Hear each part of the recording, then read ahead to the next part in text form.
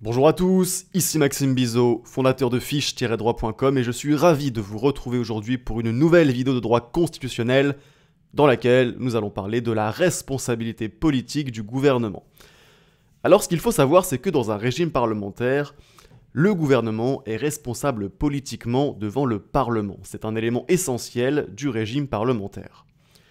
Et dans la France de la Ve République, qui est un régime parlementaire, qui a également certaines caractéristiques du régime présidentiel, mais qui est avant tout un régime parlementaire, et donc, dans cette France de la Ve République, le gouvernement est responsable politiquement devant le Parlement, et en particulier devant l'Assemblée nationale.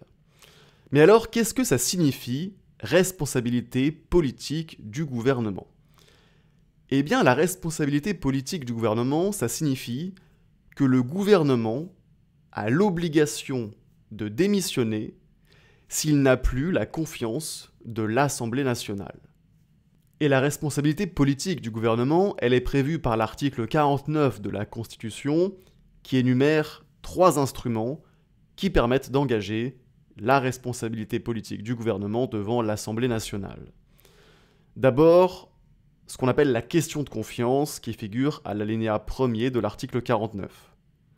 Ensuite, on a la motion de censure, qui figure au 2e alinéa de l'article 49. Et puis enfin, on a l'engagement de la responsabilité politique du gouvernement sur un texte qui figure au 3e alinéa de l'article 49. Et donc, dans cette vidéo, on va voir ensemble chacun de ces 3 mécanismes. Commençons par la question de confiance qui figure donc à l'article 49, alinéa 1er de la Constitution. Qu'est-ce que nous dit cet article 49, alinéa 1er ? Il nous dit la chose suivante. Le Premier ministre, après délibération du Conseil des ministres, engage devant l'Assemblée nationale la responsabilité du gouvernement sur son programme ou éventuellement sur une déclaration de politique générale. La question de confiance, c'est donc une procédure qui est à l'initiative du Premier ministre. Le Premier ministre prend l'initiative d'engager devant l'Assemblée nationale la responsabilité du gouvernement sur son programme ou éventuellement sur une déclaration de politique générale. Donc concrètement, le Premier ministre, il demande à l'Assemblée nationale de lui accorder sa confiance par un vote. Et si la majorité des députés votent en faveur du gouvernement, le gouvernement est maintenu, mais si la majorité des députés votent contre le gouvernement doit démissionner. Mais à ce jour, cela ne s'est encore jamais produit. Et à savoir que la majorité, elle est calculée sur les suffrages exprimés. Donc par exemple, sur 577 députés, si on a 250 députés qui votent contre le gouvernement et 200 qui votent pour, et que 127 députés s'abstiennent, eh bien, le gouvernement est renversé. On ne prend pas en compte les absents, on ne prend pas en compte les députés qui ne votent pas. Alors ce texte, il a suscité des controverses quant au sens du mot « engage ». Engage devant l'Assemblée nationale la responsabilité du gouvernement. Est-ce qu'il faut comprendre « doit engager » ou est-ce qu'il faut comprendre « peut engager » ? Autrement dit, le gouvernement est-il dans l'obligation de réclamer un vote de confiance au moment de sa formation, ou bien est-ce que c'est une simple faculté ? Eh bien, cette question a été tranchée depuis longtemps, puisqu'en effet, dès 1966, le Premier ministre Georges Pompidou a fait prévaloir l'interprétation du général de Gaulle dans le sens d'une simple faculté. Donc selon cette interprétation, qui prévaut depuis 1966, le gouvernement n'a pas l'obligation de réclamer un vote de confiance au moment de sa formation. Et c'est pourquoi les gouvernements prennent soin de n'engager leurs responsabilités sur leur programme ou leur déclaration de politique générale que s'ils sont certains d'obtenir la confiance. Et donc ainsi, sous la Ve République, il y a de nombreux gouvernements qui n'ont tout simplement pas sollicité la confiance de l'Assemblée nationale. Voilà donc pour la question de confiance. On va maintenant s'intéresser à la motion de censure. Mais juste avant, je fais une petite parenthèse, mesdames et messieurs, pour vous parler de mon pack de fiches de révision en droit constitutionnel. Qu'est-ce que c'est que ce pack de fiches ? C'est tout simplement un pack qui comprend 20 fiches qui sont claires, qui sont synthétiques et qui résument parfaitement le droit constitutionnel. Donc si vous voulez réviser efficacement le droit constitutionnel et également si vous voulez mieux comprendre cette matière, eh bien je vous recommande fortement de vous procurer mon pack de fiches en droit constitutionnel. C'est vraiment un pack qui va vous être très utile et si ça vous intéresse, vous trouverez le lien dans la description de cette vidéo. Sur ce donc, on reprend avec la motion de censure. Motion de censure qui est un mécanisme qui figure à l'article 49, alinéa 2 de la Constitution. Et la motion de censure, c'est un instrument qui est à l'initiative des députés et qui leur permet de se séparer d'un gouvernement dans lequel ils n'auraient plus confiance.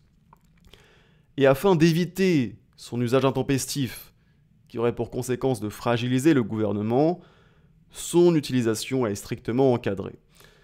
D'abord, pour être recevable, c'est-à-dire soumise à un vote, la motion de censure doit être signée par au moins 1/10 des députés, c'est-à-dire au moins 58 députés, en sachant qu'un député ne peut pas signer plus de 3 motions de censure au cours d'une même session. Ensuite, il y a un délai de 48 heures qui s'écoule entre le dépôt de la motion de censure et le vote, de façon à inciter les députés à la réflexion et à permettre à ceux qui soutiennent le gouvernement de se mobiliser. Et également, ce délai il permet au gouvernement d'essayer de convaincre les députés de ne pas voter la censure. Et puis enfin, la motion de censure, elle n'est adoptée, et le gouvernement renversé, que si elle est votée par la majorité absolue des députés, c'est-à-dire 289 voix au minimum sur 577. Cette condition de majorité absolue, elle rend difficile l'adoption d'une motion de censure puisque ça revient à comptabiliser les absents comme étant favorables au gouvernement. Par exemple, sur 577 députés, si on a 250 députés qui votent en faveur de la motion de censure, 200 députés qui votent contre et que les 127 députés restants s'abstiennent, eh bien, ça ne suffit pas à faire adopter la motion de censure. Puisqu'au final, seuls 250 députés ont voté en faveur de la motion de censure, alors que la majorité absolue des députés est fixée à 289. Donc ici, au final, les 200 voix hostiles à la motion de censure et les 127 abstentions constituent en quelque sorte une majorité de soutien au gouvernement, même par défaut. Et c'est pour ça qu'à ce jour, une seule motion de censure a été adoptée sur le fondement de l'article 49, alinéa 2 de la Constitution.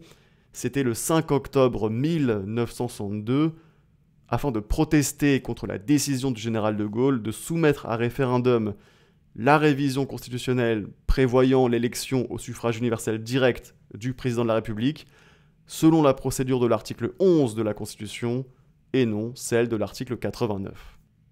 Voilà donc pour la motion de censure. On va maintenant passer au dernier mécanisme qui permet d'engager la responsabilité politique du gouvernement, qui consiste donc à l'engagement de la responsabilité politique du gouvernement sur un texte. Puisqu'effectivement, l'alinéa 3 de l'article 49 de la Constitution autorise le Premier ministre à engager la responsabilité du gouvernement sur le vote d'un texte de loi en discussion à l'Assemblée nationale. Et qu'est-ce qui se passe alors ? Il se passe que le texte de loi est réputé adopté, est considéré comme adopté, et ce, sans être soumis au vote, sans avoir fait l'objet d'un vote. Sauf, très important, sauf si une motion de censure est déposée dans les 24 heures et adoptée par les députés. Et dans un tel cas, le texte est rejeté et le gouvernement doit démissionner, le gouvernement est renversé.